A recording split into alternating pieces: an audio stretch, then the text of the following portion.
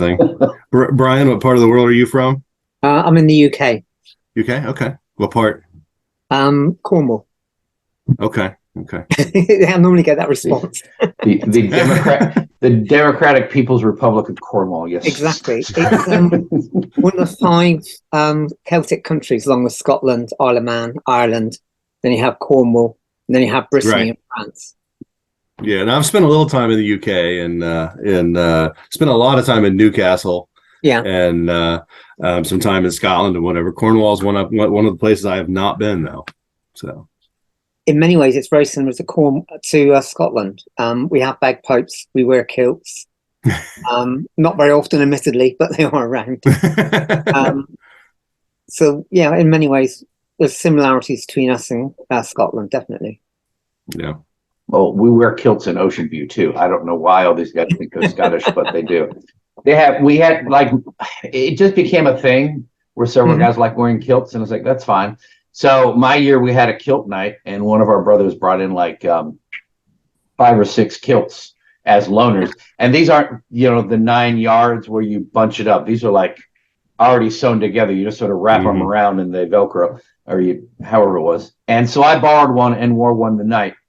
I'm not that into it that I'd buy one of my own, but I was happy to wear one for the occasion because I was master and all. But they're big on it. Some guys, they go visit other lodges and 3 or 4 of them will kilt up, and that's their big thing. So we have a rep out there. We have several lodges in our district that do the same thing. We have one lodge, or several brothers in our district. We have one lodge that for their inspection every year, they refer to it as Celtic Night, and they expect all of the inspecting officers to be in kilts and so forth. So it's kind of a nice touch. Yeah. Nice homage. Never worn one my whole life. We had to rein them in a bit because like they'd want to wear them for like the district deputy's official visit. It's like no, or like the annual. It's like no, we're wearing tuxedos at the annual. Come on, it's a little decorum, but like they want to wear them for Master Mason's degree. It's like, look, think about the second section. You just don't want to be wearing kilts at that time in the evening. I'm sorry, that is not something the fellow wants to wake up to. That's not the type of initiation we want. And they said, yeah, okay, yeah, that makes sense. All right, not for Master Mason's degrees. Yes, that's fair. Very nice. Well, Graham, Brian, I'm from. Go ahead. Sorry. No, I was just going to say I'm from West Virginia originally, and my first visit to Scotland, it became very clear to me how so many people from Scotland and Cornwall, that part of the world, landed in West Virginia. They are, if you've never been there, they're so similar. So, like I said, there was a lot of familiarity between the lands there. Oh, wow. No. Most of the Cornish in America are probably due to the mines. Appalachia is supposed to be very highly Cornish. They even got the same accent. Yeah. Allegedly. And for your geography lesson, West Virginia is I believe the only state that is completely within the Appalachian region. Oh, wow. All right. Yeah. Brother Rick Rowe, good to have you with us again. Morning. Brother Clark, good to see you. And Stormy Thorson, really?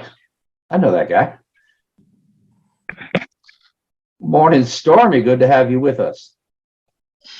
And you're muted. And you are clean shaven. I have never seen you without a mustache. And you're still muted. Brother Graham, good to have you with us. Oh, there's Stormy. Yeah, good. Good day, Christopher. How you going, and everybody? How you doing, Stormy? Fine. Is it working now? Yes, now I can hear you. I should point out, Stormy is a member of my mother lodge, Charles T. Morton, which has since folded. So he is the oldest person I know in Masonry in this call, which is saying something. So good to have you with us, Stormy. Actually, Stormy got me into education and Masonic research, so give him props for that. He was our LIW back in the day. I think DIW, right? Weren't you DIW for a time? DEO. DEO, yeah, DEO. That's what I mean. The other thing. Yeah, it's early here. So Back when you were a jarhead. Yep, that's right. And Brother iPhone, I think, is our most persistent visitor. iPhone is here every meeting without fail. but he always changes his name. And I don't know, he looks different every time he takes the camera on, but iPhone makes it here a whole lot. I'm surprised his cousin iPad hasn't been here once or twice. I've been to a few meetings as iPad or Doug's iPad or Chris's iPad or something. And there is Brother Eric, our speaker. Good to have you with us. Thank you. Having some computer issues this morning, but I think I've got it worked out. Well, you're not the only one, so don't sweat it. And good afternoon, Brother Morrison. Good to have you with us. See, I guess that he's an afternoon, Brian. Wasn't an urgent recall. It's IPM, so I assume that's British because we don't have IPMs. Y'all do. Immediate past master. Yes, I know. We have them, but we don't call them that.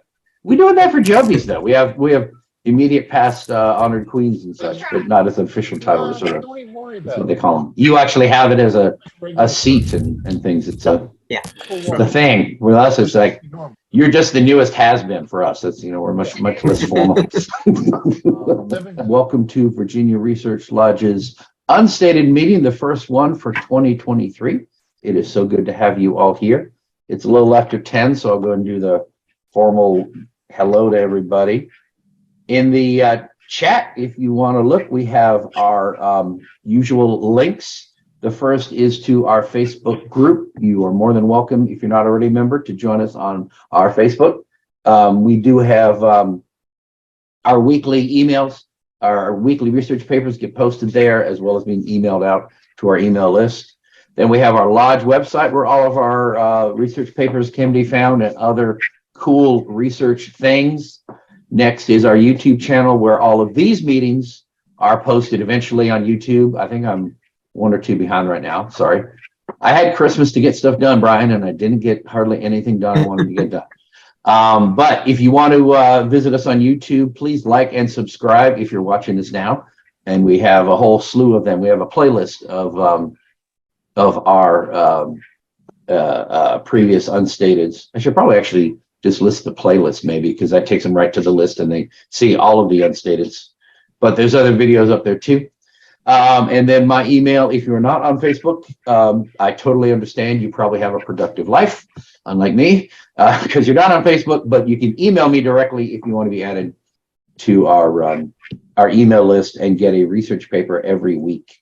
I just sent out number 190 this week. So we've been going on right at going on 3 years now, sending out research papers, or finishing up 3 years. So that's pretty cool. And our worshipful master is here. Look at that. Robert Bronson. Good to have you with us. And you're muted.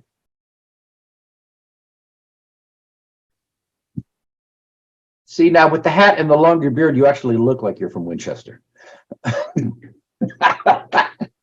If you want to unmute and say hello. Oh, he's working on that. Hello. There you are. All right. Yes. Good to have you with us, so worshipful. You said you'd show up, and you did. That's great. I normally get a chance to say hello to everybody as they come in, but we've had people coming in right and left. So hello, hello, hello, hello, hello, and hello. This is our unstated meeting for January, and I do have a question I'm going to pose to the group. So we're just going to go around. I'll ask everyone to answer. Brother Eric Fierst is our is it Fierst or First? Am I saying it wrong, Eric? It's Fierst.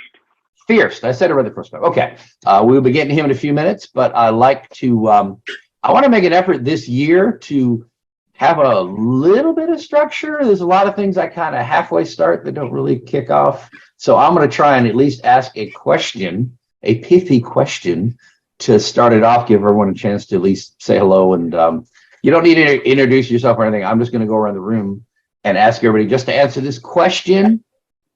Try not to give me like a 5-minute answer, because there are like 20 people here, but I'm going to ask a quick question now. I'm going to start with Brian. Would you rather be in a lodge with several hundred members where 10% or less show up, or a lodge with 30 members where 90% or more show up every time? I guess the 30 members with 90% showing. Right. Brother Toller, He hasn't answered me yet. I don't know if he's... Yes. Can you hear me? Yes. Would you rather be in a lodge with 100 members, with several hundred members, and only a handful show up, or a lodge with 30 members where virtually everybody shows up all the time? Well, here again, the desirable situation would be to have high attendance of all of your members. But of course, throughout the country, we have to contend with having membership to support our buildings, our Masonic temples. So Right. it's a financial consideration to have enough dues-paying members to maintain the buildings, the Masonic temples. So you would prefer a larger membership. Okay. Brother Graham, same question. I'd rather have a lodge that has active members who can participate and perform the ritual well, rather than just have people that just come to sit on the bench and pay fees. All right. Stormy? I guess it'd be the small lodge with the maximum participation because it has room for growth. And I think a large one, if it's only having 10%, if it grows, it's still only 10%. So I don't think you gain much with a large lodge and no participation. Very good. Thank you. Brother Clark? You're on mute. Everybody's always on mute. That's okay. Small lodge with 90% participation, and in reality, it would be financially a stronger lodge than the 100-member lodge. All right. Very good. The 30 would contribute so much more. Very good. Brother Docher? Definitely the 30 with the high attendance. The lodge is a group of brothers. It's not a building. So the brothers are more important. And I would argue that if you got 30 people that are showing up every week, then everybody else in the area is going to want to know what these guys are doing. So your numbers will start growing anyway. Very good. All right. Brother Paul? I think a small active lodge is healthier than a large lodge with a few participants. Very good. Brother Fierst? I think I'm along the same line. Smaller active lodge. I think you end up with a better distribution of resources, less burnout. Brother Robert? I agree with what everybody has said. If you've got a small lodge, but majority of them are participating, it makes it a lot easier on everybody to get things done and have a active, vibrant discussion of things. Okay. Brother Morrison? Yeah, I'll be kind of the same. I'll be going for a smaller group with a higher percentage. My lodge has got 100 members, and we're struggling for about 10%, just over 10%, maybe about 15% attendance. Right. I think 10%, I picked that because that's pretty typical. Most lodges, at least using Virginia as a sample, since I'm more familiar with that, most lodges have anywhere from 150 to 200, maybe 300 members at the most, and none of them have more than 10% attendance. So if you have 20 members showing up and you have 200 members altogether, you're at 10%, but you're looking good. I mean, you've got 20 people. Plenty of lodges are looking to have 10 there for like a degree. So we're the same. We're right in the north of Scotland here, and it's the same thing. There's 4 lodges in the province, and everyone's the same. They're all struggling for attendance, and it's the 10-15% attendance on your membership. Very good. All right. Well, okay. We'll ask one more. Brother Sheeran, we haven't talked to you yet. You want to, what do you think? Large lodge or small lodge? Oh, I think definitely I'm going to go with the consensus here. All right. I see that here in Tennessee. Yeah. Okay. Well, let me just put this out. I don't want to be all day with this one question, but I think we're all kind of in agreement. Does anyone here, maybe the ones I haven't asked yet, anyone really prefer, well, I think Brother Toller made an argument for the financial stability. Would anyone really prefer a lodge where there's several hundred and only 10% show up?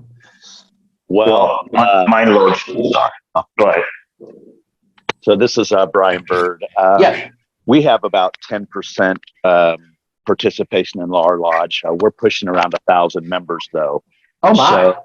So the thing about that is, so that gives us between 80 and 100 that participate, which is quite a bit.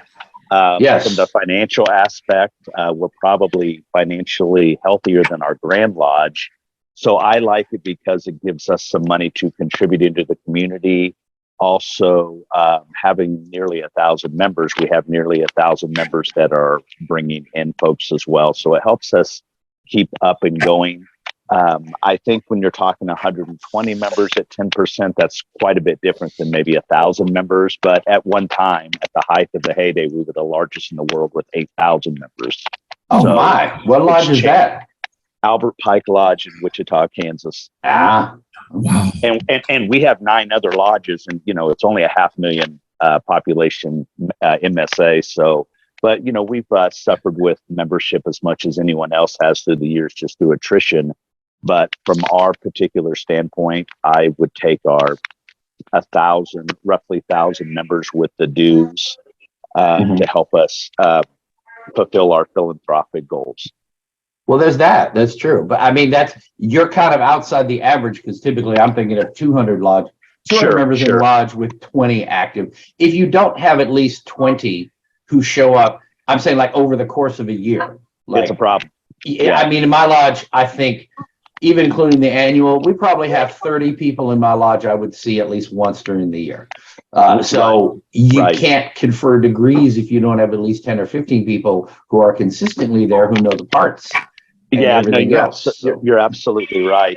We actually have a study club that they're our next. It's basically our farm team for our officers coming in, and our study clubs who have officers that move every quarter. They handle our degree work, which we do probably 60 to 80 Master Masons a year. Oh wow! Eesh. This is Brother Toller again. Yes. Hello? This is Brother Toller again, and I wanted to comment that larger lodges that appear to be effective utilize a committee system.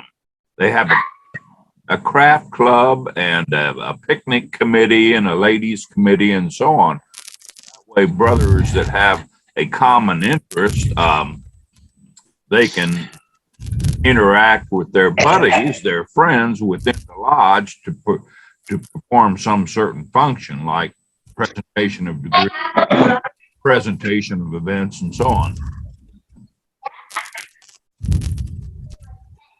Brother Docher, you got a question? Get your hand up. Yeah. Specifically for Brother Bird with a lodge of 1,000. My question is, and this is not a judgment in any way, it's just a question of curiosity.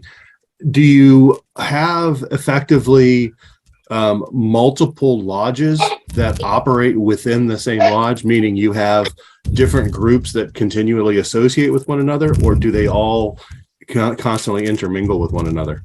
Yeah, no, it's a single standing lodge. So our 80, roughly 80 that participate, 80 to 100, right? No, it's a single lodge, and then our study clubs are every Monday, and that's your study club that has your officers, but they're still in attendance of the meetings, and it's structured for now, until we drop to, the 300s or however that may go. But it's structured that group is essentially the farm team, and it gives them what it does, how we feel with the study club. It helps our new members feel like there's a way for them to get on the line, because frankly, it's tough to get on the line at our lodge because of the volume of people that want to get active. But to the other brother's point of the committees of getting levels of involvement, when I came in, I was definitely a young Mason and a young master, and I'm one of the, at 50, one of the old guys now. But the committees I think the real secret is just to keep folks involved and have these different clubs, but make your committees active. We've implemented something, just different when somebody gets voted on and to receive their first degree. We put something on parchment paper and it's hand delivered to their house, and it says, hey, be ready at this time and we'll come pick you up. So we're trying to create these experiences based on what our members bring to us.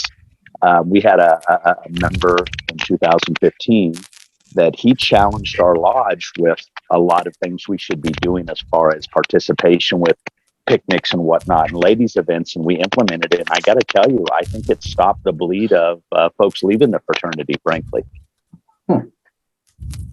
That just kind of blows me. I mean, you are so far outside the norm with that that it's hard to even conceptualize an active lodge that has over 1,000 members, because that's but we have young. It's youth. It's the youth. And the guys who paved the way, frankly, they respectfully stepped to the side, but not just stepped to the side and stepped away. They stepped to the side and embraced the change because it fell within, our culture of Masonry. But it was, anyway, I don't want to take up all the time, but we have a really good leadership from our elders of the lodge all the way into the new Masons. Well, I mean, I brought, the reason I asked the question is because observant lodges have been on my mind a lot lately, and one of the key arguments, I guess, is that if a lodge has more than 30 or 50 members or whatever, it's time to take half of them and go start another lodge, because you can't have that close connection. If there are 200 members of your lodge, even if all of them are active at least some point during the year, there's no way you can form a deep bond with all of them. Whereas 20 or 30 members who see each other all the time, you get closer together as brothers. So if we're all about brotherhood and coming together and really getting to know each other on much more than a surface level, and I'll admit, a lot of Masons, I know 1,000 Masons. And I'll give Stormy as an example. I can tell you what lodge he was master of and what his district's offices were and everything else.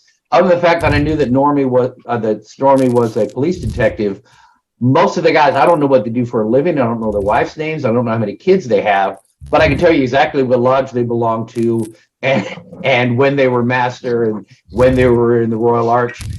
So knowing a lot of Masons that I'm not really close to is not the same as being tight with a group of about 20 Masons that we all really know each other a lot and support each other. And that's what a lot of us expected out of Masonry, and we may not be providing that. So that's why I want to ask the question.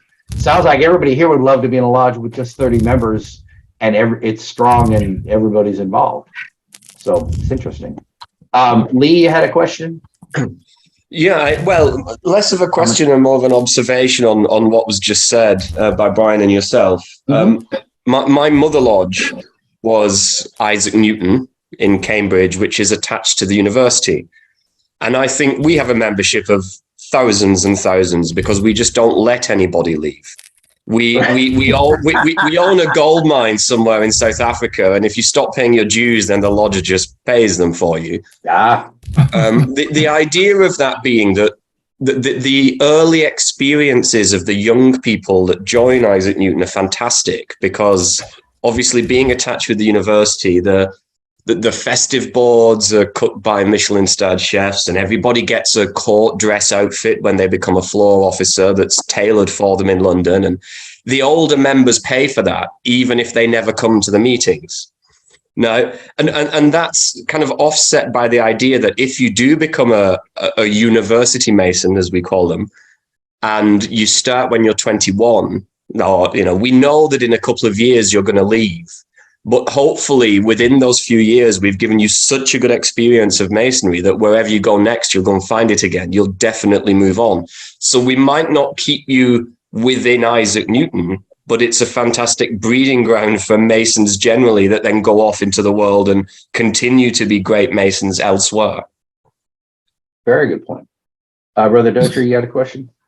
Yeah, I'm fascinated by this. We could talk about this all day, and I'd be happy. No offense to our speaker. Eric, you can leave now, Eric. But yeah, I'm curious to hear about Brother Eccleston's story there as well, because this is actually something I've been preaching, for lack of a better word, for a while, that it is about the experience, and that we need to try to incorporate study groups and get people, give people a reason to get involved. And it sounds like that's largely what's being done at Albert Pike.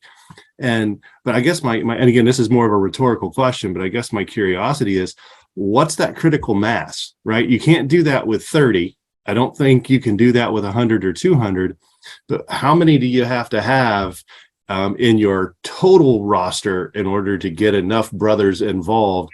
And I'm very curious to learn about the University Lodge in Cambridge and Albert Pike and so forth, some of these larger lodges that seem to be doing it successfully.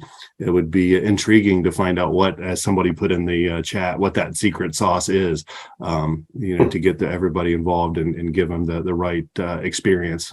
Yeah, it almost, honestly, Brother Bird, your lodge sounds to me like Scottish Rite when it's really thriving and growing. And like my Scottish Rite Valley had 3,000 members when I joined, but the largest lodge in our area had like 800 members. So we had much more membership. Attendance was probably still 10%, but that means, 30, 40, 50 people at every meeting, not 20 or 10. But the Scottish Rite, we only confer the degrees twice a year at our reunions, and right now we're down to one. So there's a lot centered around the initiation, but then if you're active, you have degree teams that meet on their own and do social things and practice. You can have clubs, and it's almost like the shrine, where if you're in the shrine and you're not in a club, you're just paying dues for almost no reason. It's like the club is where you're active and doing stuff. It almost feels like your lodge would be sort of like the Scottish Rite in that sense, where the actual meetings, if I'd be hard pressed to find something to do in a lodge where there's 1,000 members, because if I'm not an officer and I'm not on a degree team, kind of like, what am I doing? I need to be doing something if I'm active, not just sitting on the sidelines watching it. So I'd be curious, and maybe I don't want to go too far afield with this discussion. We could run the whole meeting talking about this, but I'm just kind of putting that out there as like, how do you keep people involved, unless you have multiple degree teams, I guess, working? What does a new guy get to do, Brother Bird, to get him involved? What is he doing for the lodge that gives him reason? And it varies with the person, as everyone knows. Some people join Masonry to go to the shrine. Some people join to go to the Scottish Rite or all the other independent bodies. It depends on what their needs are. But, when you're part of the investigative committee, if they're doing their job right, it's just not to find out if they can afford it and if they're a good man. It's really, you're qualifying them no different than you would in a sales position of, what do you need? What are you looking for? I don't think the question is unfair when someone says, what's in it for me? I think that's a very fair question, because we're telling them what we believe that's in it, and we want to see what this person's going to bring to the table. And I think if you're qualifying your new members or your current members who you haven't seen properly, you're finding out what makes them tick. You can find a home for them. It's frankly, whether that's on a committee, and I think as lodges, sometimes the collective we do a bad job of our committees. They're just kind of formal committees, but put them to work and make the committees report at each meeting. So if you've got we have a widows club meeting, and what are we doing? When do we reach out to the widows? Have we sent a card? What if we did this? And, there's an anniversary coming up. All of these things, we have about 14 committees in our lodge. We have a committee for scholarships. We have a committee we do a teacher of the year. There's just things that we do, but having that larger membership, the financial side of it allows us to be able to fund different things. But I think, I don't, lodge, I've been a master, right? When there was 1,500 members or whatnot. And to me, being a master is not nearly as exciting as degree work. Degree work, you get to touch all the new people. That's just me. That's what motivates me. But you have to find out what makes someone tick at the end of the day, what makes each individual tick. It's not a magic wand for everyone. Right. And that's definitely that right there is what every lodge should be doing. And especially if you have 200 members in your lodge, every new member needs to have something that gives him something to do. Realistically, if your lodge is really big on ritual and it really stresses ritual and it has practices and you really spend a lot of time focused on it, and you're not really into that, okay, what are you going to do? Or if you're really into research and Masonic education, most lodges, I would say right now, 90% of the lodges out there don't make enough of an effort to pursue Masonic education and offer it to their members and have regular programs and encourage them to learn on their own. So if you join Masonry to get into all the history and the symbolism, the philosophy, if your lodge isn't offering it, you're not doing them a favor unless you say, well, realistically, this lodge down the street, that's all they're all about is education. And I think you'd be a better fit there. And I'm willing to bet most lodges don't have the courage to be honest and say, look, you would be happier in this lodge because that's what you really want to do. You're really into charity. You want to go out and do community service. This lodge is all about it, but we're not. You might be happier there, and you're going to be active as a Mason. You're going to be happy rather than I'm bringing you into my lodge because you know Graham who signed your petition and he's a member here, but we're not going to meet your interest here. And I really think that would take a sea change for Masonry to say, honestly, what do you want? Eric, you're joining my lodge. Graham signed your petition. He's a member here, but he's not into the same stuff you're into. What do you want to do? And are we the best fit for you? Or maybe that's something our lodge needs to get into? Or is this lodge already doing that? And would you be happier there? But I think we're kind of, I don't think selfish is the right word, but we're kind of like, we're so used to thinking it's like, well, he wanted to join us, so we're going to bring him in regardless of whether he's really happy. We're bringing him in here. We're not meeting his needs. And I think you hit the nail on the head, Ryan, but that's something I think all of Masonry should take a hard look at. If we want to keep our retention levels up, because they're terrible. Most Masons leave within the first 3 to 5 years of joining because we're not meeting their needs. So we need to take a hard look at that. And how can we meet those needs? And we say we make good men better, but I think, I mean, even our lodge, I think we kind of fail a lot because we're not, how do we make them better if we're not providing something that hits their individual niche? And and if it's, you know, we don't have anything for their niche, create it. It's not that big of a deal. Create it. There's probably, at least at our lodge, there's probably 30 other people that want to come in and hang out with people that build widgets or whatever, but create a committee for it. It's not that big of a deal. I mean, we have to get out of the way of ourselves. The biggest problem in Masonry are dudes and egos. Bottom line, if you got the egos out of the way, a lot of problems get solved. I mean, I'll debate that all day. Yeah. Okay, Graham's had his hand up for a while. Graham, you had a comment? Yeah, question by way of comment. See, I ask if you have a question, you have a comment. Ask if you have a comment, you have a question. I am a terrible host today. I am sorry. Go ahead. That's okay.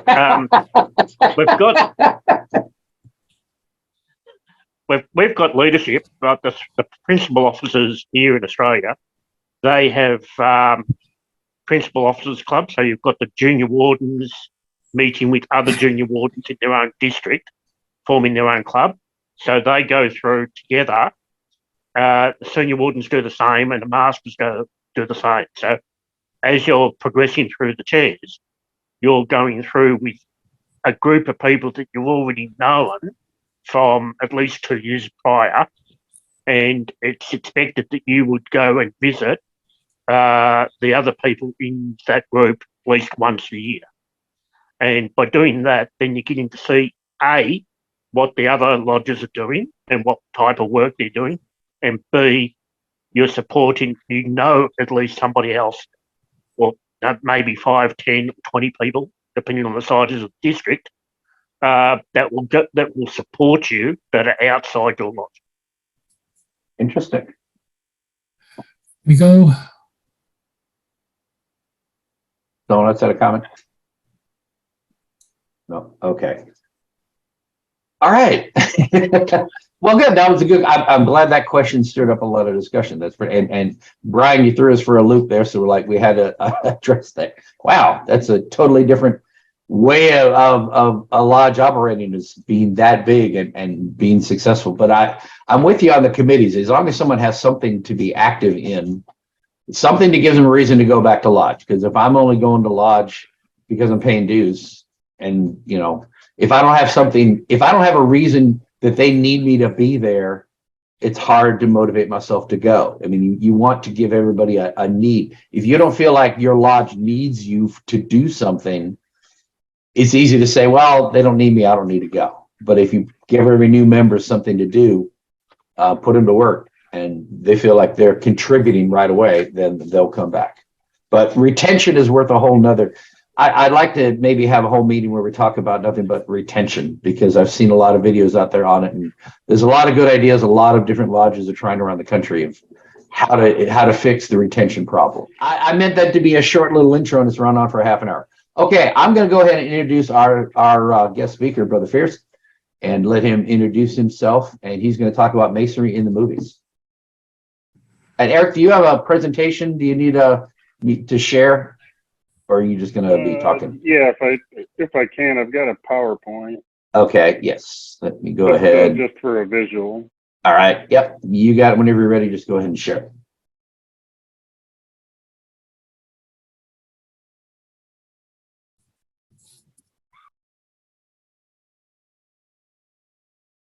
Is everybody able to see that? Yep.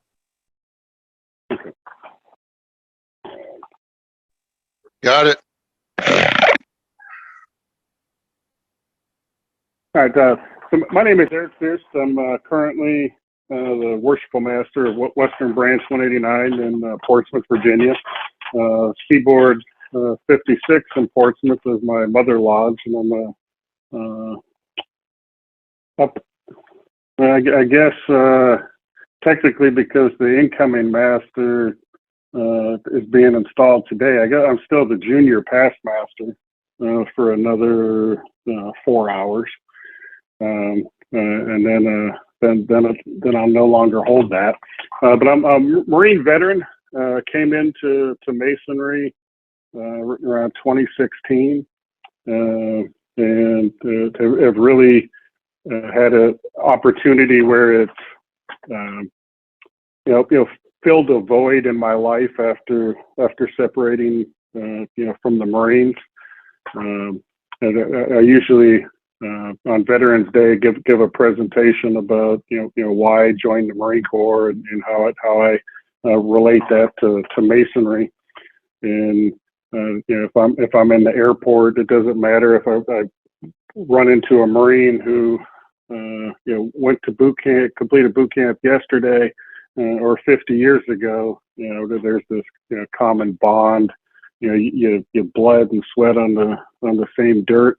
And Masonry to me is the same way. We all arrived at that door and knocked.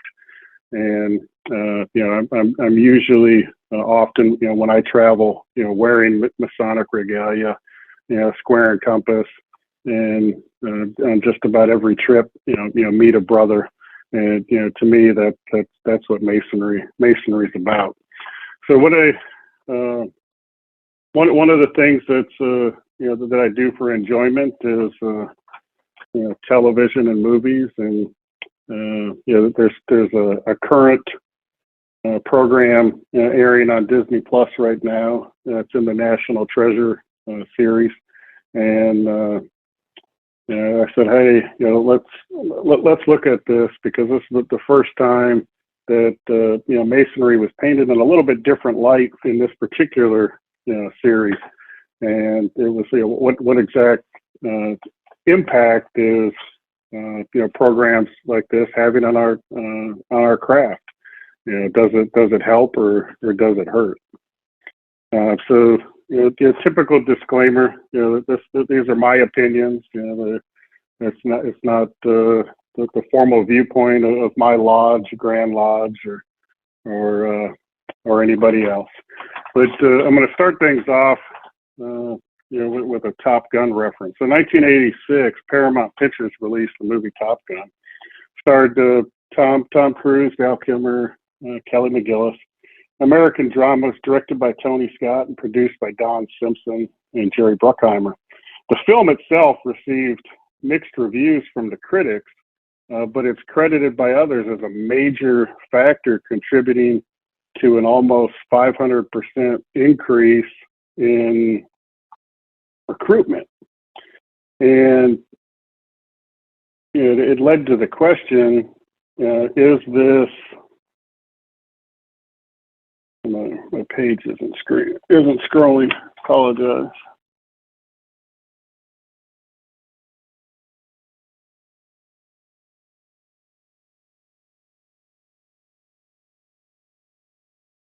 I'm having all types of technical difficulties. That's what I get for trying to use two laptops.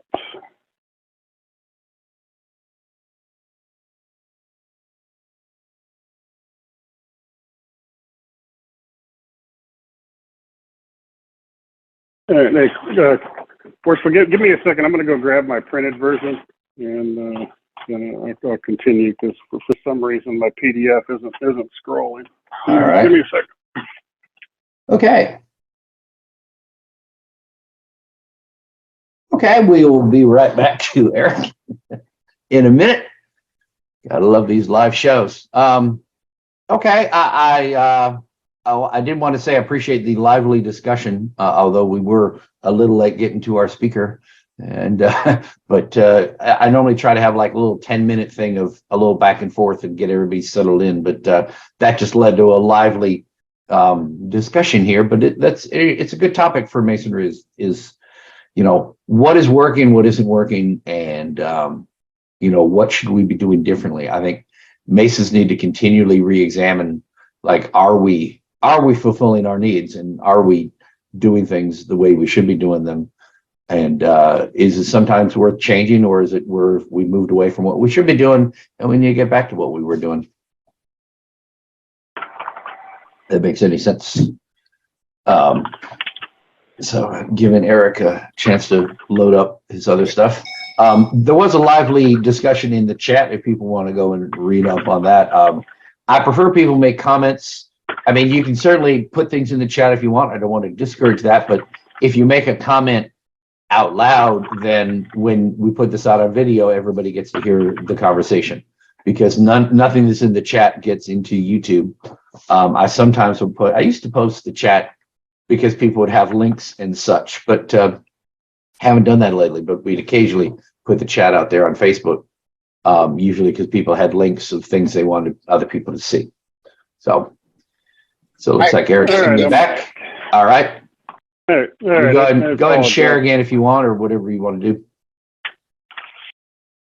All right. Is a screen stop share? Yeah, I stopped. You can just go back to sharing if you like. Although there was a good shot of Val Kilmer, of Tom Cruise there, and all the sailors. I thought that was a good little montage there. Thank you. All right. So as I continued on, one of the rumors or constant statistics that you hear is that the release of Top Gun, carried a 500% increase in Navy recruitment over the previous year. And that's a drastic increase, especially when you look at from a recruiting standpoint. However, military.com published an article that confirmed that, hey, this is a statistics that we hear, but unfortunately they debunked it, and that the Navy did see an increase in recruitment, but it was probably much closer to about 8%.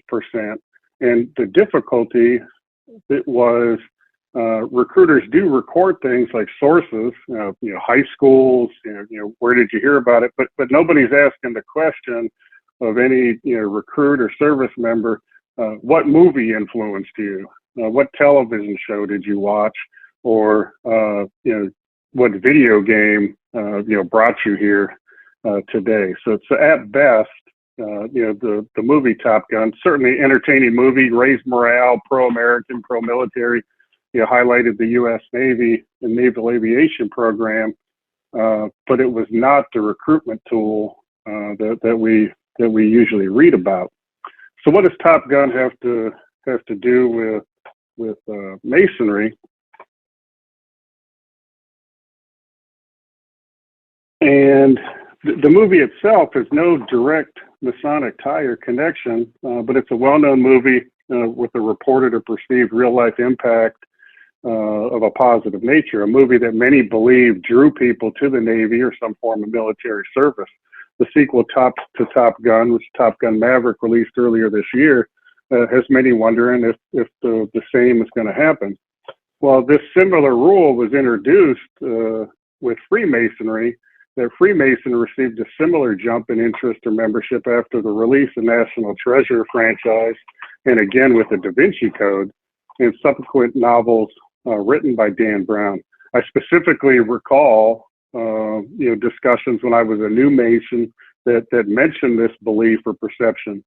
At the same time, I've never had a conversation with a Mason wherein he said, the reason I'm here is because I watched this movie. Similar to the Navy finding evidence to support this claim, it's going to be extremely difficult, if not impossible, as it's not a data point that we record. So the two basic types of programs or formats that I'm going to talk about are movies and television series and documentaries.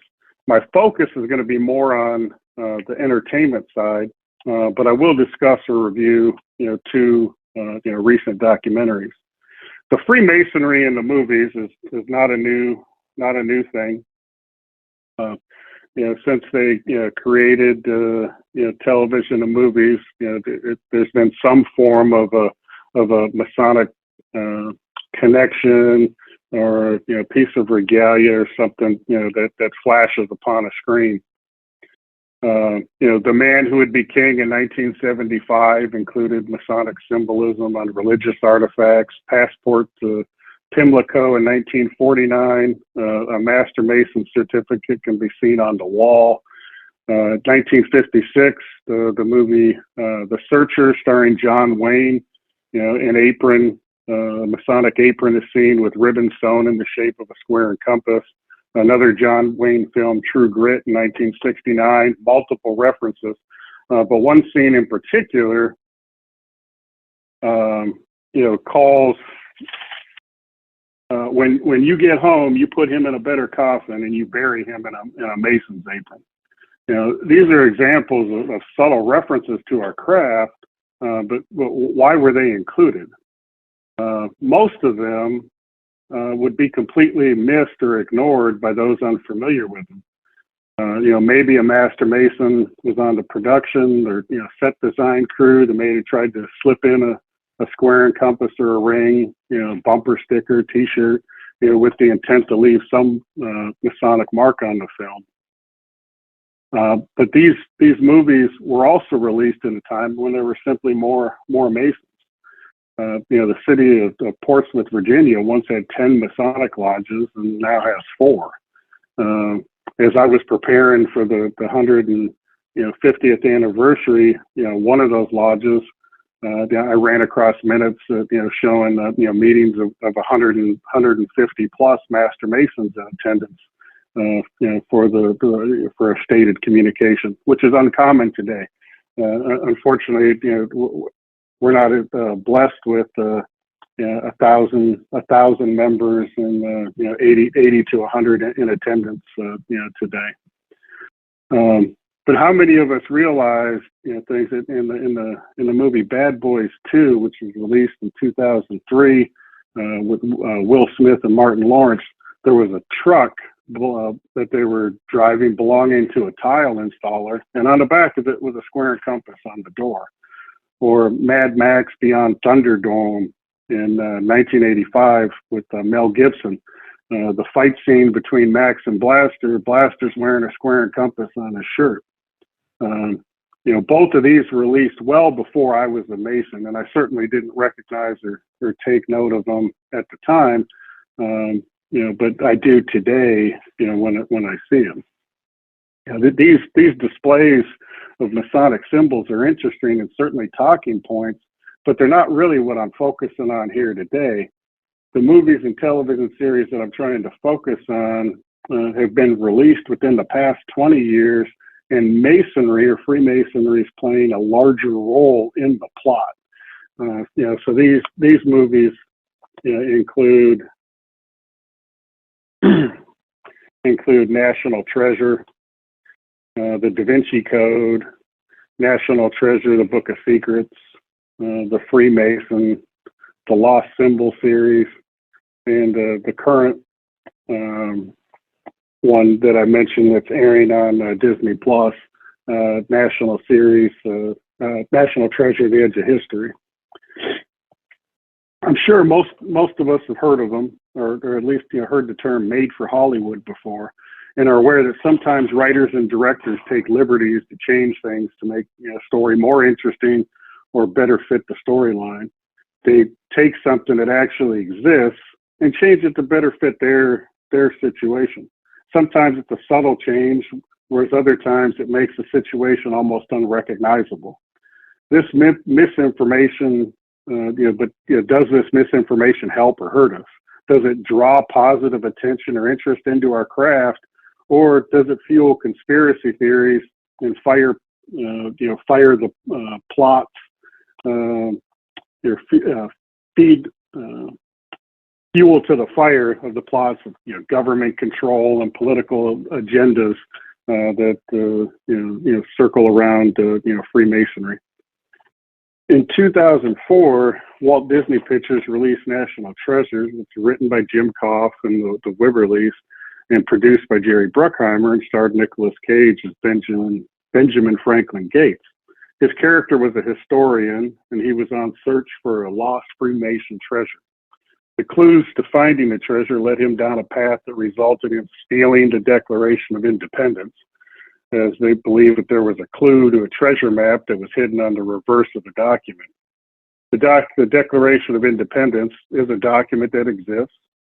They make mention in the movie to the fact that certain signers of the document were Freemasons. However, there's no actual treasure map or hidden reference on the reverse of the document. There are several references to Freemasonry throughout the movie, a lot of which included facts about Freemasons that were signers of the document, and various symbols and references to the Knights Templar and its Masonic ties. The story carries what's often referred to as the Romantic school of thought, and portrays the beginning of Freemasonry actually started from the original Knights Templar. Although the writers and directors took a lot of liberties with mixing fact and fiction, making it Hollywood, most of it's innocent and doesn't necessarily paint Freemasonry in a negative light. And I can honestly see how someone, could watch the movie, be interested in learning more about Freemasonry. In my personal opinion, it's a great movie. It's a lot of fun to watch, but it's not a history lesson about America or about our craft. But ultimately, I would put it on a list of recommended movies, strictly for its story and entertainment value. The sequel, National Treasure Book of Secrets, was released in 2007, and it was also written by the Wibberleys and produced by Bruckheimer. The cast returns on another treasure hunt that begins during the Civil War and leads them searching for clues across 2 continents and ultimately ending into a secret or hidden vault within Mount Rushmore. Sadly, there weren't as many Masonic references in the sequel as compared to the first movie. However, the sequel does make mention to Masons building clues into everything. They make reference to General Albert Pike, and it was actually filmed, or a portion of it was filmed inside the George Washington Masonic Memorial in Alexandria, Virginia, inside the presentation room, even though they refer to it as something else in the movie. There weren't enough Masonic references or connections to have a positive or negative impact on Freemasonry. But I also would place this movie on a recommended list for its entertainment value, with hopes that the next one, Freemasonry, would be a larger part of the storyline. The rumor does have it that the 3rd installment of the actual film is supposed to be released next year, which brings us to the current series. And in my opinion, this is where a lot of things start going down a different rabbit hole. So National Treasure: The Edge of History is currently streaming on Disney Plus, and unlike the movies, the series makes heavy references to Freemasonry. It then takes a step further with the symbolic use of images and what they refer to throughout the series as handshakes. It's during this series that the franchise begins, in my opinion, to misrepresent Freemasonry, definitely making it a lot more Hollywood and spreading false information. The series carries over a couple of characters from the original films, but the main characters are completely new. It starts with an abandoned storage unit containing several Masonic artifacts.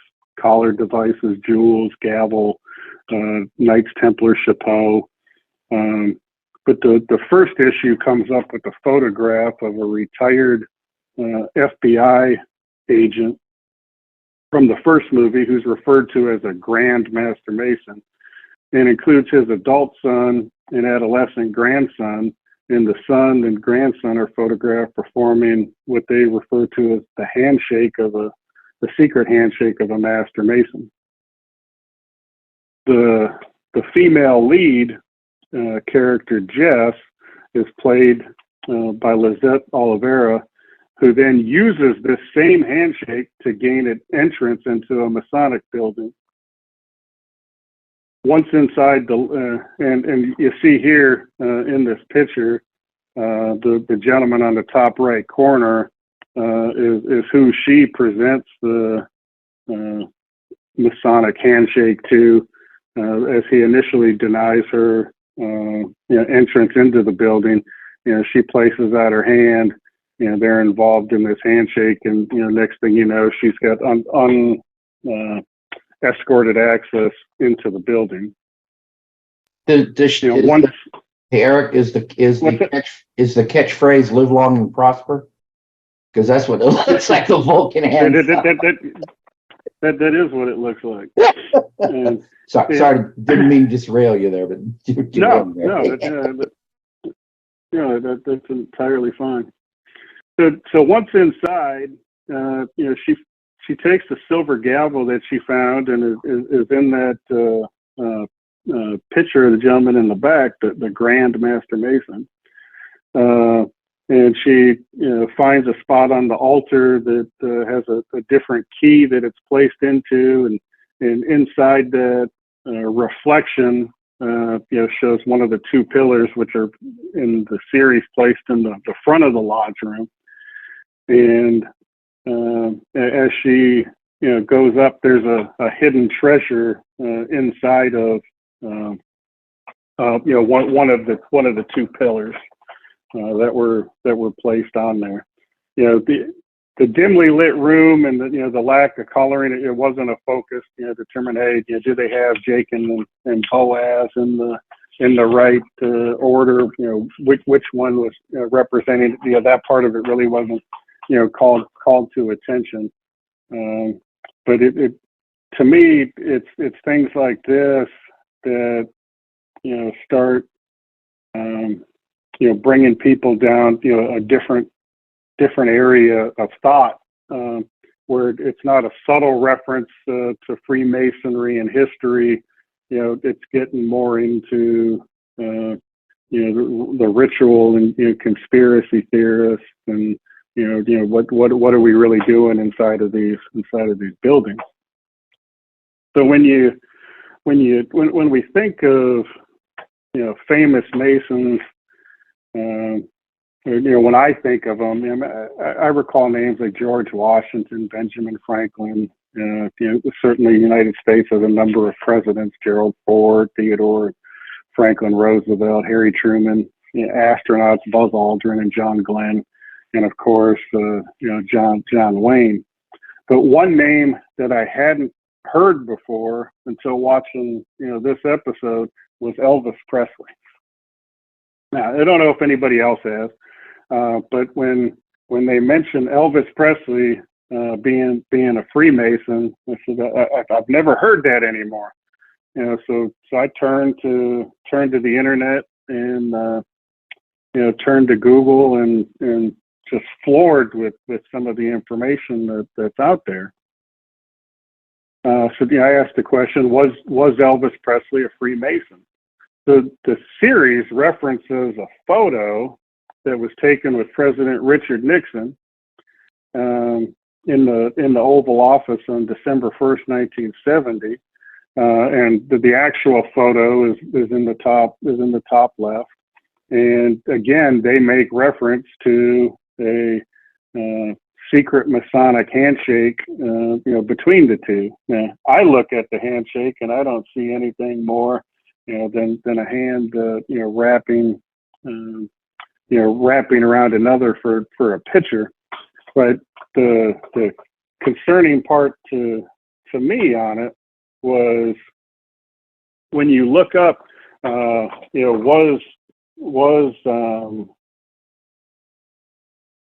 Elvis a Freemason? Most of the information were blog posts or opinion pieces. And to include one that claimed the Freemasons were responsible for killing Elvis, and another one that J. Edgar Hoover, who was the director of the FBI, led a program and raised Elvis since he was a young boy. And after President Franklin Delano Roosevelt died and was replaced by Vice President Harry Truman, who only served 82 days as vice president before being sworn in as president, this blog post goes on to state that Truman, who was believed to be a Freemason, actually wasn't, because he defected to join the Illuminati. And President Truman learned of this Freemason program that was being run by Edgar Hoover, and they actually moved Elvis to Memphis, Tennessee, to keep him safe. And it's my opinion that this is that there's no fact to back any of this up. There's absolutely no truth to any of it, and it's conspiracy theories at worst. But I certainly didn't find any objective evidence to support the claim that Elvis was in fact a Mason, and even less about these programs or plots. But the problem is somebody in today's age, millennial watches this and is familiar with who Elvis Presley is, or you heard their parents, or, grandparents potentially talking about Elvis Presley. This is the type of information that's out there, or misinformation that's out there, and in my opinion, certainly feeds these conspiracies about our plot to take over the world. But I'm not against television or the big screen referencing Freemasonry, as I do believe it does have a potential to strike up interest in our craft. But what I feel the information is, however, is that we need to be able to address and discuss these issues. A possibility is to hold family or an open public nights where we hold viewings of programs. It could help draw in those interested in Freemasonry, potentially help to dispel some of the rumors or misinformation, by holding a question and answer session afterwards. When I first heard that Dan Brown's, and I'll get into it a little bit later, but I first heard that Dan Brown's The Lost Symbol was going to be aired, that was one of the first things I thought about doing is we ought to have movie nights at the lodge, open them up to the public and bring people in. Unfortunately, the series took a different path that I didn't necessarily think was something that we wanted to portray. Certainly has some entertainment value, but not something that I would show somebody that could be thinking about Freemasonry. So then we get into a movie, The Freemason. So this was actually filmed in a Masonic temple in Salt Lake City, Utah. It was released in 2013. And it's about a Freemason who happens to be a wealthy banker is murdered inside of a Masonic lodge. And the storyline states a wealthy banker lies ritualistically and brutally murdered. The banker's daughter and only heir calls upon Cyrus Rothwell, a brilliant but eccentric freelance writer, to assist in the investigation. Teaming up with a veteran homicide detective, Leon Weed, they suddenly find themselves thrust into a cryptic world of Freemasonry, pitted against a killer searching for legendary relic, shrouded by hundreds of years of myth and mystery, and continues on this this path. I don't even know where to begin with this one. Being a fan of Sean Austin, from the Goonies, and a Freemason, I was certainly disappointed by this. I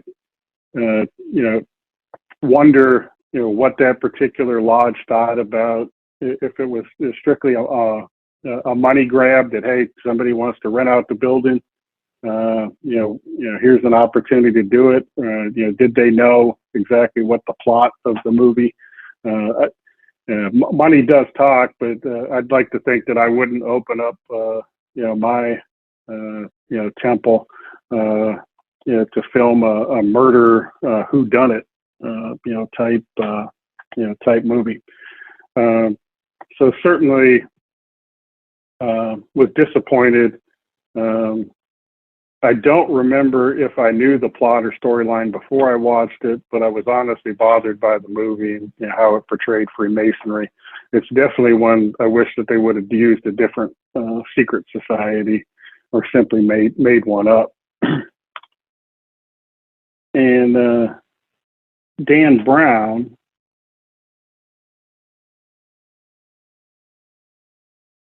released the Da Vinci Code. That was one that we briefly talked about. This came out before I was a Freemason, but I can honestly tell you that once I picked up the book and started reading it, I couldn't put it down. I vividly remember sitting in a tree stand 20 feet in the air, missing I don't know how many passing deer because I was so enthralled with the book.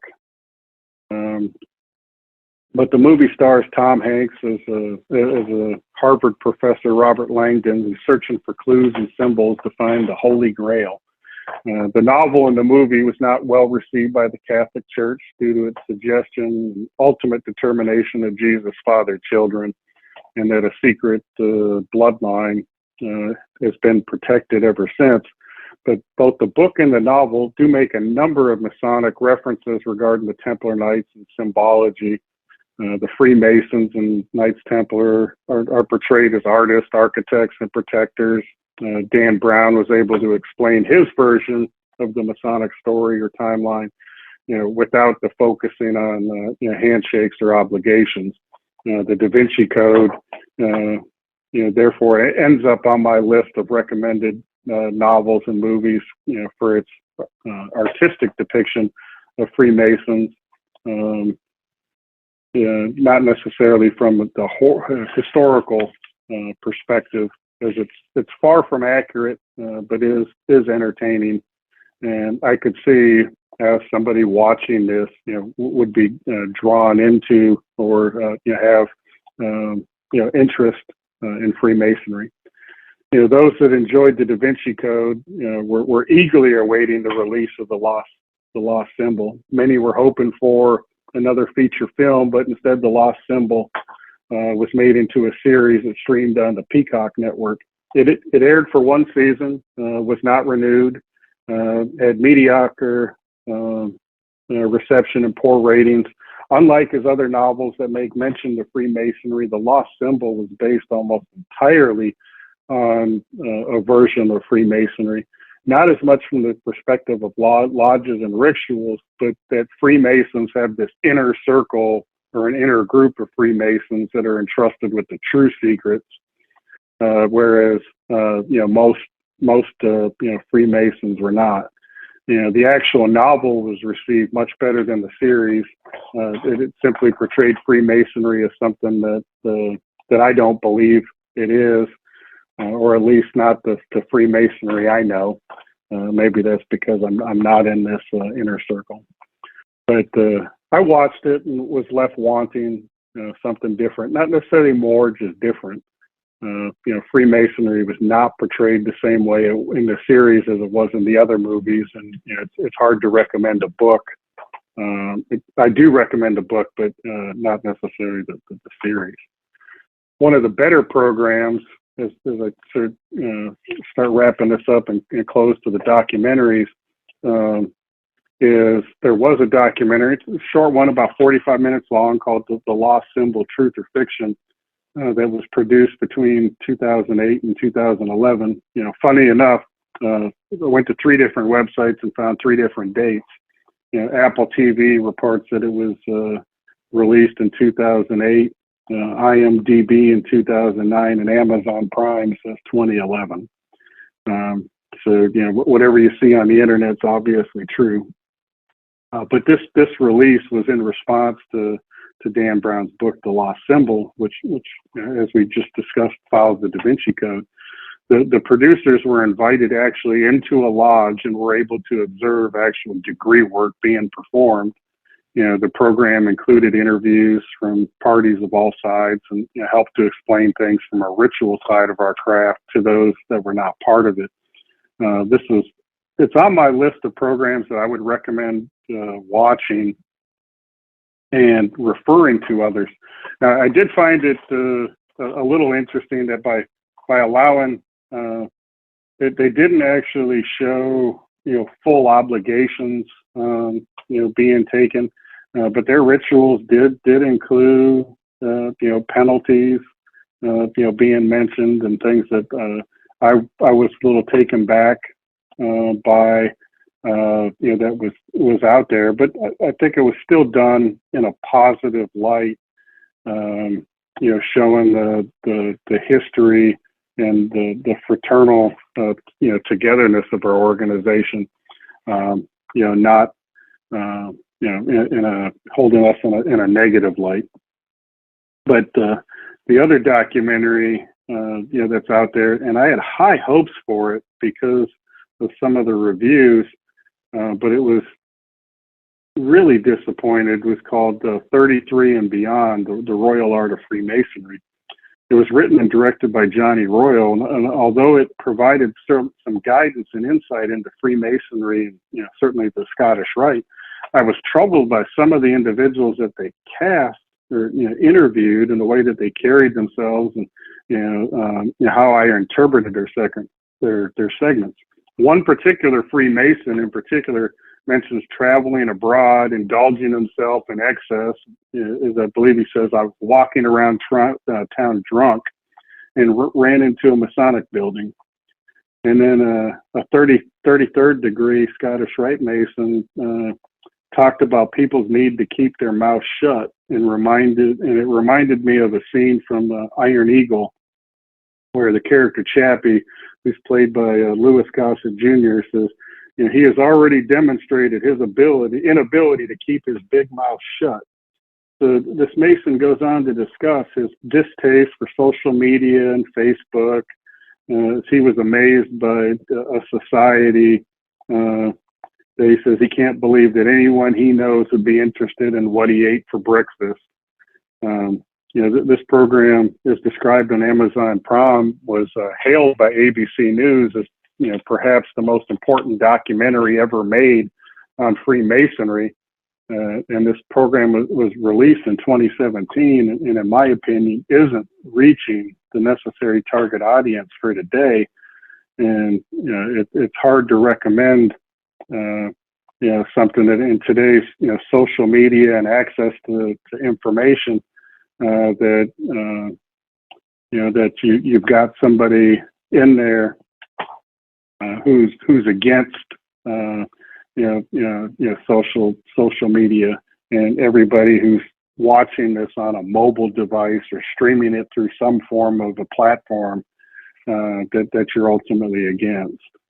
So it's my opinion that in Freemasonry, and some will disagree with me, but you get out of Freemasonry what you put into it. If you search, you will find exactly what you're looking for. At one point or another, we all were escorted to a door, knocked to gain admittance. What we received after that point, especially going forward, is up to each of us individually. Does Freemasonry in a movie help or hurt us? It honestly depends on who's watching. If you're looking for and you want to find all the beauty that Masonry has to offer, you're going to find it. But at the same time, if you're looking for the crazy and the conspiracies, you can find that too. It doesn't matter if the movie is fact or fiction, entertainment or documentary, you're going to find ultimately what you're looking for. So that concludes my presentation today. I did send Worshipful Douglas a copy of this and the PowerPoint.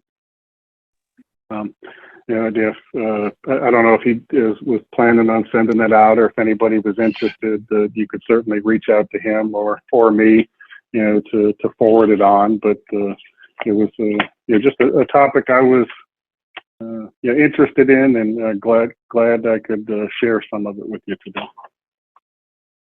Right. Thank you, Brother Fierst. Any questions or comments on the presentation?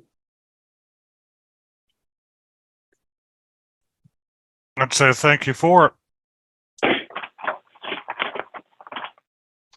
I have a question. Have you seen anything in the media that's got a balanced view of what's going on with Freemasonry?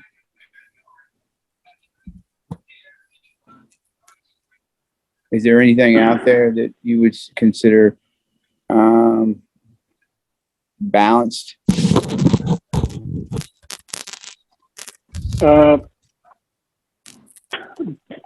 If I was looking from a true representation on actual Freemasonry itself, it would probably be that 45-minute documentary that I mentioned about the lost symbol, because it calls some of the truth versus the fiction to what the Dan Brown's version of it is.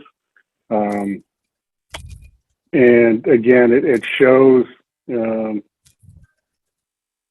part of the ritual aspect. And again, I was surprised with what they were given access to, but was completely impressed with the light that it was presented into and how it was presented.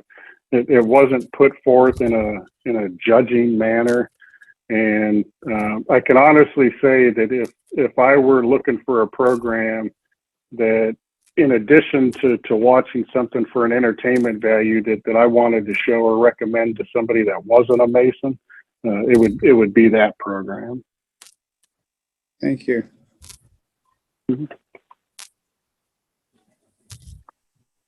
Any other comments? Lee, go ahead.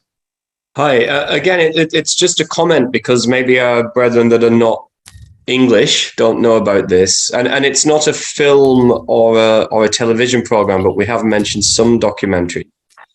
For the tercentenary, for the 300 years of UGLE, UGLE actually commissioned Sky One to make a documentary. It was a 6-part thing. It's called Inside the Freemasons. Now, yeah. I don't know if it's a balanced presentation because, of course, it was commissioned by ourselves to show the public what we wanted them to see. But it might be worth people looking it up and seeing the kind of thing that gets put out when a Grand Lodge does say, okay, let's have a documentary made about us and let's do that in cooperation with a major broadcaster. Just for the record, in case people want to look it up. Yeah, they did the same thing with the Grand Lodge of Scotland. They did something similar as well. They allowed the BBC in and did a documentary. It didn't show any of the degree work, but it showed them assembling in the lodge and regalia and coming out the lodge, and various bits and pieces. But it didn't show anything that shouldn't have been shown untoward, as we'll say. So that created a bit of interest at the time, but that's 3 or 4 years now, so it's kind of died off again. So yeah, I think that was this part of the same "Enough is Enough" campaign. So UGLE ran this huge media thing for the tercentenary about misrepresentation in the media in all forms, and it went out with a hashtag "Enough is Enough." And they were taking out full-page advertisements in the national newspapers and commissioned this documentary to say, if you're going to talk about it, at least tell the truth. Yeah, there was quite a similar thing. It was around about the same time, yeah. In Australia, we have a series, the Victorian Freemasons did 2 or 3 6-part series for a local community television. And it was called Freemasonry, The Inside Story. And it was done by Grand Lodge officers who interviewed Masons who were relatively new or coming into Freemasonry, why did they join, what got them involved, and it really took off at the time. And I think we're going back probably about 10 or 15 years, but you can see them on YouTube.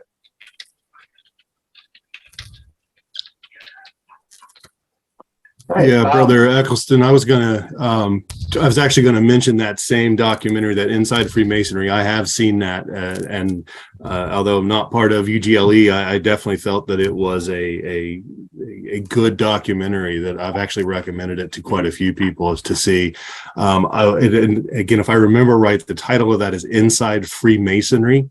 And I mention that just because I know there's another, and I will use quotations here, documentary out that's called something like Inside the Freemasons, which is not a good documentary. It's all about the hidden secrets and buried treasures and things like that. But so it's a very subtle difference. The other one I was going to mention, just in case anybody was curious, the old TV show, The Adventures of Robin Hood from the 50s, has many Masonic references. And there's one episode, I think it's simply called The Mark, that if you, as a Mason, if you watch it, you will find many things very familiar. But again, I think most of those episodes are available on YouTube and things like that now. So that's an interesting one to watch as well. There's a John. I've just checked. Sorry, it is Inside the Freemasons. I've just put the link to the IMDb entry for it. And I know that's the right one because you'll see the stars, Chris Noon and Peter Lowndes. Well, I know them both. So it's definitely the right one. That's the one that UGLE produced. Yes. Well, It was produced by Sky Television, which is one of the big Sky TV distributors in the UK. But it was commissioned by UGLE for Sky TV. Okay. There Peter is Lowndes was one. you'll see the second star, Peter Lowndes. He was Pro Grandmaster at the time. Second only to the Duke of Kent. There is another one, though, that's also called Inside the Freemasons, and it's like Inside the Freemasons Grand Lodge Uncovered or something like that. So, okay. I can 100% vouch that the IMDb link that I just sent you is the one that was commissioned by us. That's the right one. I agree. I double checked it. Yeah. Yep. There's a movie called To Hell. It's from 2000 or 2001 with Johnny Depp, and it talks about Jack the Ripper. And there are no less than 30 Masonic references in that. I don't think it really depicts us well. Called To Hell with Johnny Depp, and I think From Hell. 2000 to 2001. From Hell. The name of the movie was From Hell. From Hell. Yeah, with Johnny Depp. Yeah, I did remember seeing that. Aidan, you had a comment? Yeah, so there's another one as well that was made for Grand Lodge of Scotland as well. The Secrets of the Masons, I think it was. It was made by BBC. I only watched it actually only a few weeks ago because it was so hard to track down. But yeah, it's worth a watch. It's about 45-50 minutes long. All right. Brother Joyner. There's also a movie by name Forces Occult, which is a 1943 movie. It's a French movie. So it's basically a Nazi propaganda against Masonry. It's quite interesting. You might probably get some of it off YouTube, but it's in French. But you get to see some of the rituals being performed, which is you would call probably the French Rite. So it's something you can check out if you might not be able to understand the French if you don't speak French, but it's still a good if you're just watching to see what the rituals they perform. Right. But it was a Nazi propaganda movie. Forces Occult. I would ask all of you if you want to make a reference, like go to our Facebook group. Maybe I'll start one under this. We'll have a link to this or something, or I'll make a new thread and say post any other movies related to Masonry. We kind of get the discussion, because I think most people, you hear it here and you're like, what was the name of it? So if you want to make the effort on our Facebook group to put a link in IMDb or whatever to these specific movies so other people can check them out, I think that might be helpful. I wanted to say Brother Joyner going to be with us today. He sent me quite a list, including the Andy Griffith show with the Lodge of Golden Friendship. I remember that episode. I want to mention one in particular, The Man Who Would Be King which is one of my favorite movies, and I may have to go break down and buy the DVD because I can't find it streaming anywhere. But it was Sean Connery and Michael Caine are two British military officers. I don't know if they're active or they're retired, but basically they're sort of traveling around India, and they managed to get them set up as one of them is considered a god by this Afghani tribe. They're in Afghanistan, I think, and they start in India, they end up in Afghanistan, but they're looking for this tribe out in the mountains that has gold and treasures and all that. And Sean Connery ends up becoming proclaimed as a god by the local tribesmen. But both of these fellas are Masons, and they're traveling all over the place. I just have to watch again to figure out exactly how it is that they're traveling around, because they put themselves out there as military guys. Maybe they're just retired, or I don't quite know how that works. But one of them meets Rudyard Kipling at the very beginning on a train, and basically he steals his watch, and Michael Caine steals Rudyard Kipling's watch, and then goes back to him when he sees that there's a square and compass on the watch fob, and he feels bad. So he goes back to him and says, "I'm very sorry, brother, that I stole your watch. Here it is back. And do me a favor, if you run into this guy on the train on your way back, tell him that I'm looking for him." And that's how Rudyard Kipling helps the two connect again, because he's trying to meet up with Sean Connery. But very entertaining movie. Quite a few references to Masonry in that movie, and it's positive. The two of them are questionable characters, but it doesn't portray Masonry in a negative light. For me, the most telling thing was, and I didn't realize this till I'd seen the movie, they show the square and compass with an I in the middle, whereas most Americans are used to seeing a G. So it is a way that the square and compass is shown in many other Grand Lodges around the world. I just assume, being a dumb, ignorant Mason, well, every Masonry everywhere, we all have the square and compass and the G in the middle. Never mind that not everyone speaks English, and God isn't spelled with a G in every other language but English, but apparently in many other countries, there's the all-seeing eye in the center. So that was how they portrayed it. And I was like, oh, that's different. Why isn't there a G? So shows you how smart I am. But very good movie, though. I would definitely recommend it. And a staple of British Christmas broadcasting. Oh, is it? Okay, very good. Yes. Christmas? It's on almost every year on one of the channels somewhere. For Christmas? Why? Yeah, why? I don't know why. It's just one of those things that's established itself. Yeah, well, I most definitely recommend that movie. Though it's worth and it's a very interesting. It's a very good story too. I don't want to spoil it, but a lot of interesting thing goes on between the two of them and all, and the craft peachy. Anyway, but yeah, by all means, on our if y'all want to make the effort to put these on our group too, so people can talk about them. Any other comments specifically about Eric's presentation? I don't want to just have us rattle off every. Aiden's had his hand up for a while, I noticed. I think we got you, Aiden, didn't we? Oh, yeah, comment? Sorry. I don't know how do I take it back down? Oh, to take it down again. Okay, sorry, my bad. I think you just click. I got you. I thought it might be something else. Sorry. My bad. Sorry. No, that's quite all right.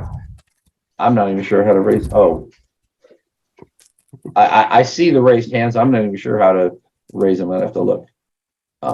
Anyhow. Any more comments? We're at 11:30 here, so 11:25. So, did want to wrap it up. I did want to say, let me go ahead and do this. If you're watching us on YouTube, please like and subscribe. We appreciate all of our viewers on YouTube. This will be on YouTube here shortly. I think I have now 2 or 3 that I need to put on YouTube once we're done here today. But I do try to do those on a regular basis. The next one, I want to thank Brother Fierst for his presentation. And I want to announce that next meeting is on Saturday, January 21st. Ego and the False Self, Finding the True Self Through Masonry. And we're going to have Brother Matt Parker from North Carolina speaking about what are the symbols and allegories of our degrees and rituals telling us about ourselves. Matt Parker was one of our panelists when we had the discussion on observant lodges back in January of last year. which was a very interesting talk. And I've written a paper based on observant lodges, and I'm going to be presenting it. Eric, if you're in our neck of the woods, if you want to go to Norfolk Lodge in February, I'm going to be presenting a paper that I pulled from our interview with the traditional observant lodge members about traditional observance masonry, and it was well received when I went to Great Bridge, and I decided to give the same talk in Norfolk. I'd already been asked there, and it's like, I think this paper needs to be read several times, so I'll have a chance to give that. But Matt was one of our members. He's a member of Observant Lodge in North Carolina, and so I asked him to come back and be a speaker on his own. So it was neat. I'm glad he's going to be able to come talk to us. Very well known. He's a member of actually founder of the North Carolina Masonic Research Society, and he participates in Masonic Con South. So most of you who are into Facebook and Masonry on Facebook will be familiar with Brother Parker. So that should be an interesting talk. That's on the 21st, so in 2 weeks. And I'm lining up other speakers going into the new year. We have quite a few interesting things coming up, and I hope most of y'all can come attend that. Any brother have any comments, or Eric, you want to wrap up with anything, or any brother want to say something before we close out? Just want to thank everybody for their time today, and thoroughly enjoyed it, and appreciate the opportunity. Absolutely. Yes, indeed. Thank you everyone for coming out. Yep, we'll see a few people. We had 23 people. I think that's a high watermark going back several months, so that's good. I want to keep getting. I like having more people here. The more the merrier. And when we only have 10 or so, we'll still have a presentation. We enjoy it, but I want to make this available as many as possible. So getting over 20 people attending is nice, and we want to keep pumping that up. I want to try and make this a regular thing. So please come back, join us again, tell your friends. We do have regular attendees who come and go and are here most of the time, and so it's nice to see people who keep coming back. We have a lot of fun with this. So thank you all for coming. Thank you, Brian Smith, my lovely co-host, as always. Good to be with us. And thanks to everybody. Y'all have a wonderful day, and we'll see you all soon. See you soon. Take care. Bye-bye.